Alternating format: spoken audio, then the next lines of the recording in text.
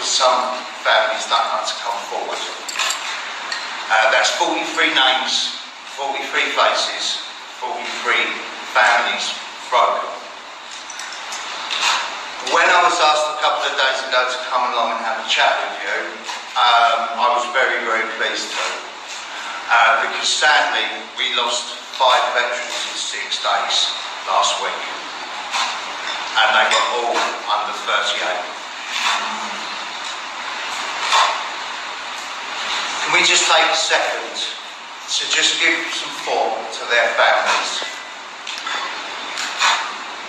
Kevin Holt, Jamie Davies, Simon Jabeski, Johnny Cole, Ryan Smith. 5 veterans that had the rest of their lives to live, but couldn't cope with the mental health and post-traumatic stress disorders that we have. Okay, now a little bit more about me. This charity was never about me because I didn't want anyone thinking that I was starting this charity for some sort of personal gain. I didn't even want to start a charity. The more I fought against it, the more it found me. And I'd like to briefly explain what happened. In 2010, I came out of the Royal Engineers after serving 10 years of my life for this country.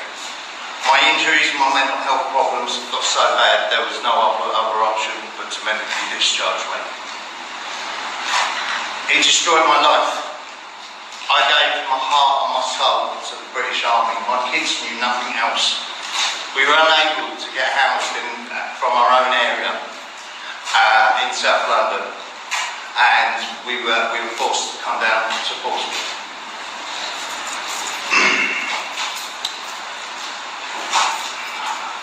Between 2010 and 2015, I was clearly very mentally ill. I'd had multiple neck and spinal operations, and the more I asked for help, the more it fell on deaf ears. I have had my own problems with the mental health system and the hospitals, and a hospital from around here.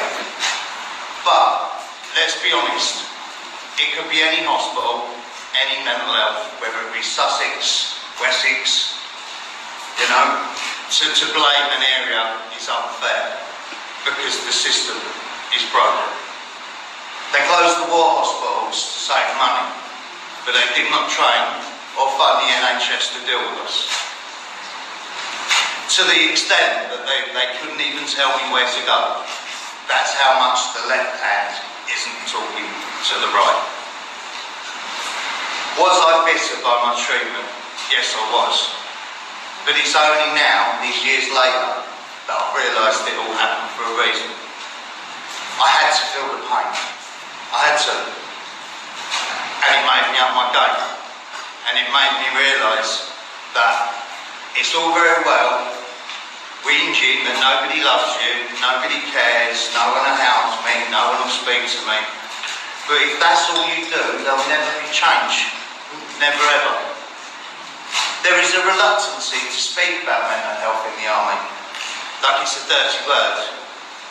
In 2010, PTSD was never even mentioned, because they didn't want it mentioned.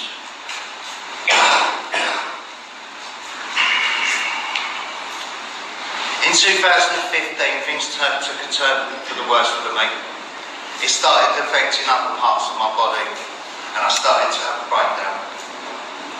I felt abandoned by the army, and now I felt abandoned by the society that I thought would care for me, that I was told would be there for me.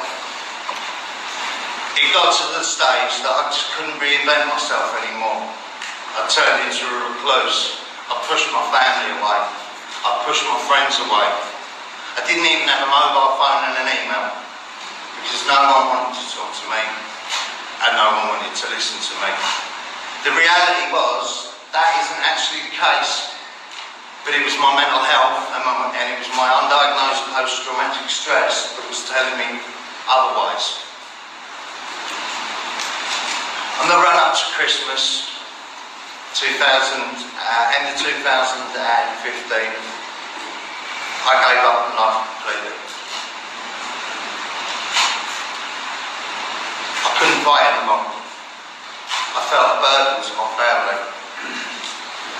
I felt I was putting them through so much pain and so much grief, and all I could do to save them was to end me. That was the greatest side of love I could show them. Was that right? No, it wasn't. But at the end of the day, that's what mental health does to you. It eats away at you. It convinces you of things that aren't necessary to life.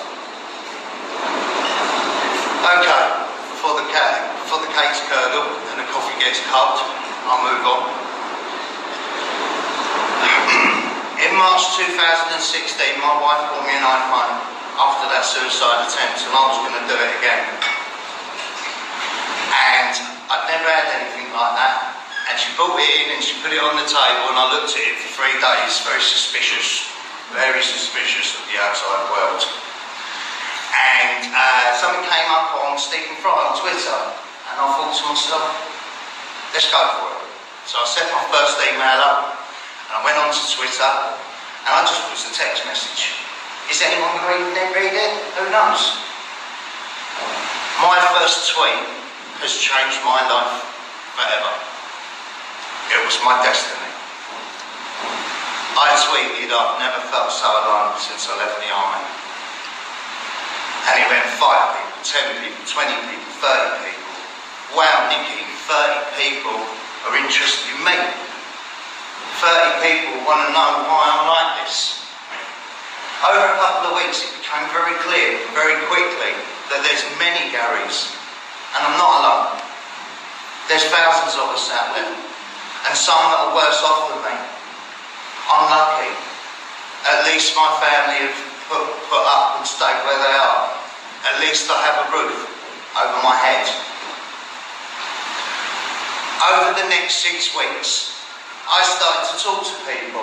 I started to tell them. I started to listen to them. I talked to parents their sons had killed themselves. I talked to wives that had lost a loved one, aunties, uncles, veterans, young and old.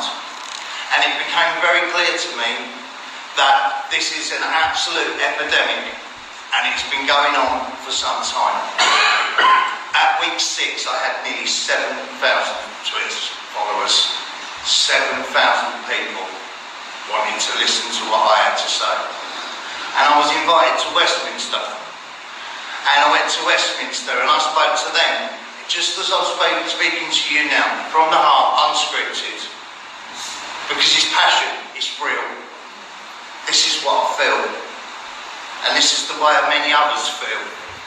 Then people come to me and said, you're so good at this, why are you not on Facebook? And I said, I'm so ill, I'm still waiting for a mental health appointment despite my suicide attempt. I'm still waiting for my next operation. I can't cope. And they said, well, we'll help you set up a room. Your message is so powerful. So we went over to Facebook, and then I started to buddy people on there. Just call them. Just, how are you this week, mate? What's going on? Did you manage to get to the doctors? You know, it's not counselling, it's not treating, it's being there for someone and stopping isolation and loneliness.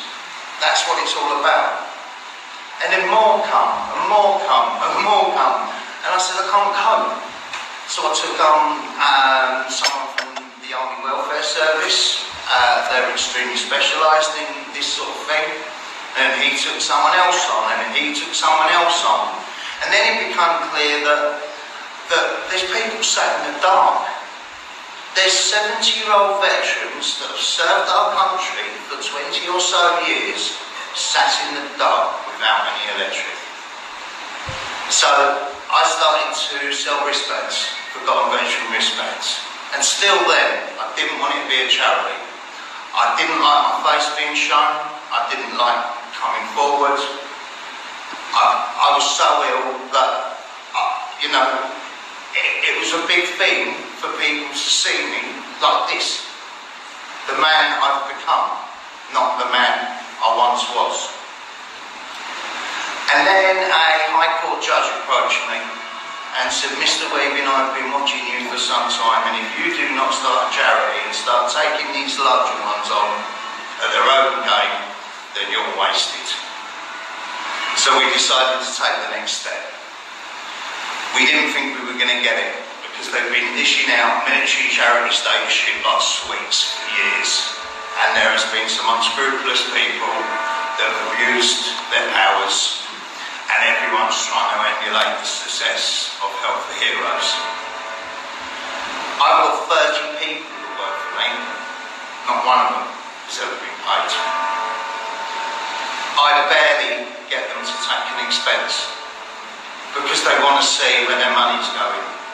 They want to know that their donation on a monthly basis is actually getting to the people it matters. So, yeah, the application went in and we didn't expect to get it. And luckily for me, the Prime Minister's secretary at the time had heard of my work. And he actually wrote a reference to the Commission on our behalf. And weirdly, we were granted it on a Monday morning. We gave 90% of everything we raised away last year. It's not my money. It's to be given to the veterans. It's not to be stored, cashed, stashed, invested overseas. If you give me £1, you'd like to know that it's going to someone, wouldn't you? So that's what we do. Technically, I'm a terrible CEO because I give all the money out. But isn't that what should be happening? Isn't that what the money's invested for? Over the last couple of years, Portsmouth Council have been very receptive to me. They understand the problems that happened, and they understand that we can't live in the past, but we must learn from what happened. And only now do I realise that everything's happened for a reason. Everything went wrong for a reason. Because you can't learn this. You cannot go to university and learn what I and others have had to go through. About 6 months ago, I came to the council and said, can I have a couple of kilometres of woodlands? Because I believe that if we can give these men and women time together, back to basics, what they like, you know, it can be so powerful. And I didn't expect them to help, through no other reason that they got a couple of click of woodland. It's very geographically challenged for that in this city. But they did offer me an 1800s Napoleonic fort. So, we're about to open this country's first of this nature respite centre for veterans.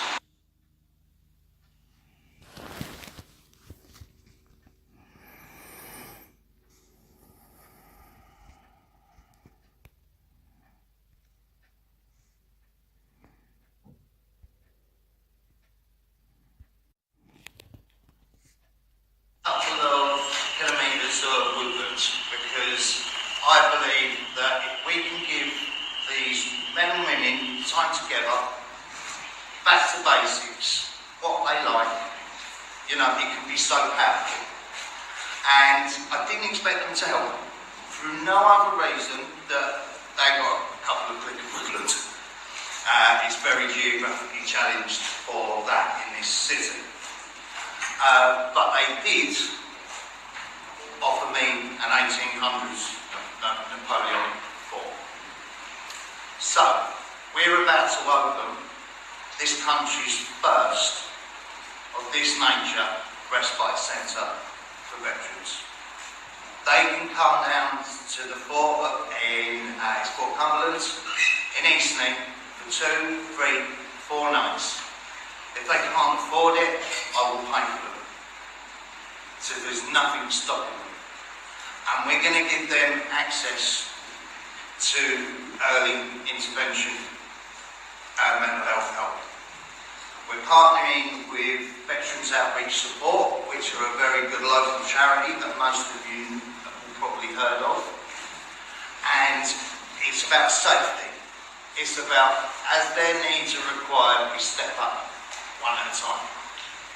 And I'm going to be going around all the large mental health charities saying, if I can give you medical evidence that I've found a case that really needs to be looked at now, can we get them early intervention? Because that is the problem. They're so behind on treatment, it's taking 18 months to 2 years to even get in the door.